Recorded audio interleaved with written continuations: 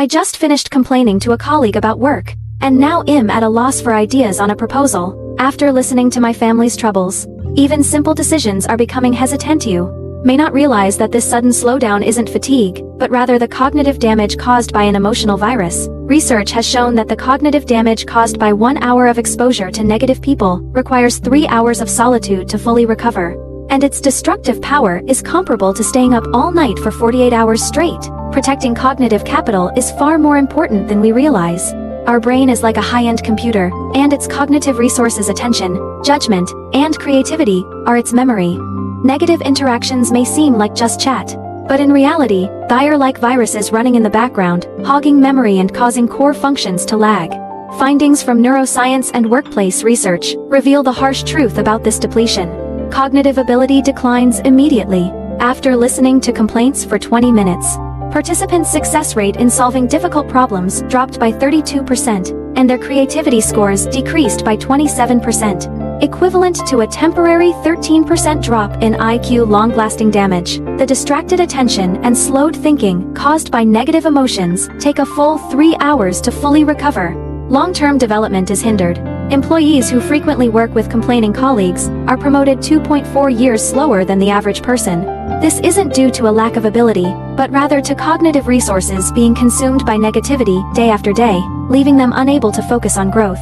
Emotional viruses are far more contagious than colds. Colds spread through physical contact, while negative emotions can penetrate with just a single word or expression. While colds may not cause any sequelae after recovery, long-term cognitive depletion can lead to poor decision-making, career stagnation, and even psychological problems, like anxiety and depression. Not all negative expressions cause significant depletion.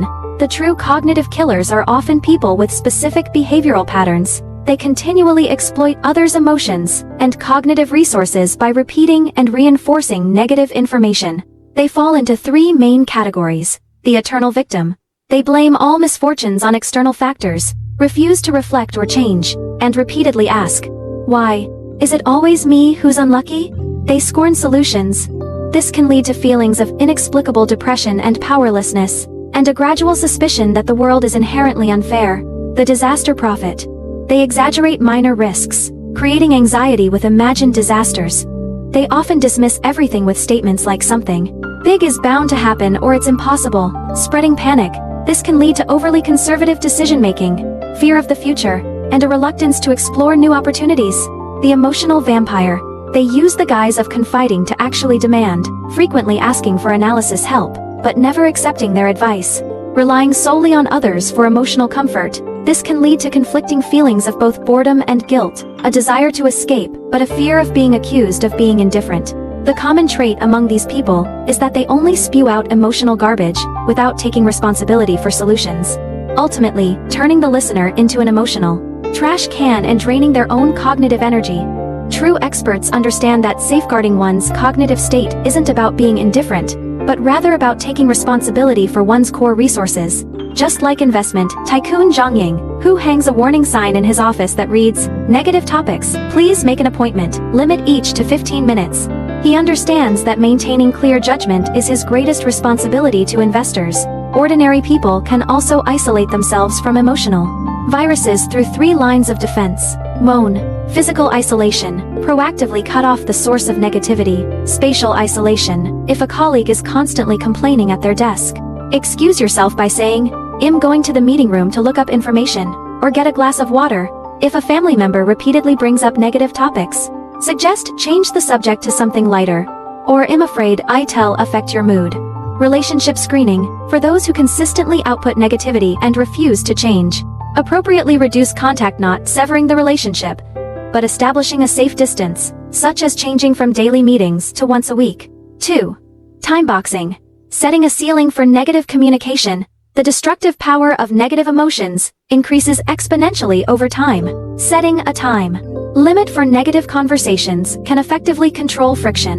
At work, when faced with a colleague's complaint, proactively say, "I have a meeting in 15 minutes, but I can help you quickly review the issue now." At home, if negative conversations run out of time during a dinner, you can smile and say, "I suddenly remembered an important document I didn't finish, so I have to go home." There's no need to feel guilty. Protecting your cognition requires a bottom line, not an unconditional compromise. 3. Cognitive cleansing ritual, an emergency. Reset after negative interactions.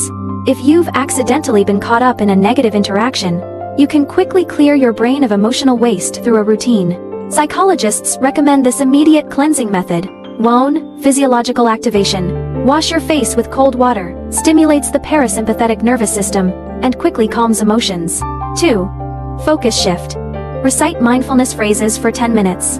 E.g., got this moment. I focus solely on the contact between the pen and the paper to interrupt negative thoughts with mechanical focus. 3. Restore order. Tackle mechanical tasks like organizing documents and sorting emails using physical order to stimulate psychological order, restoring the brain from chaos to order.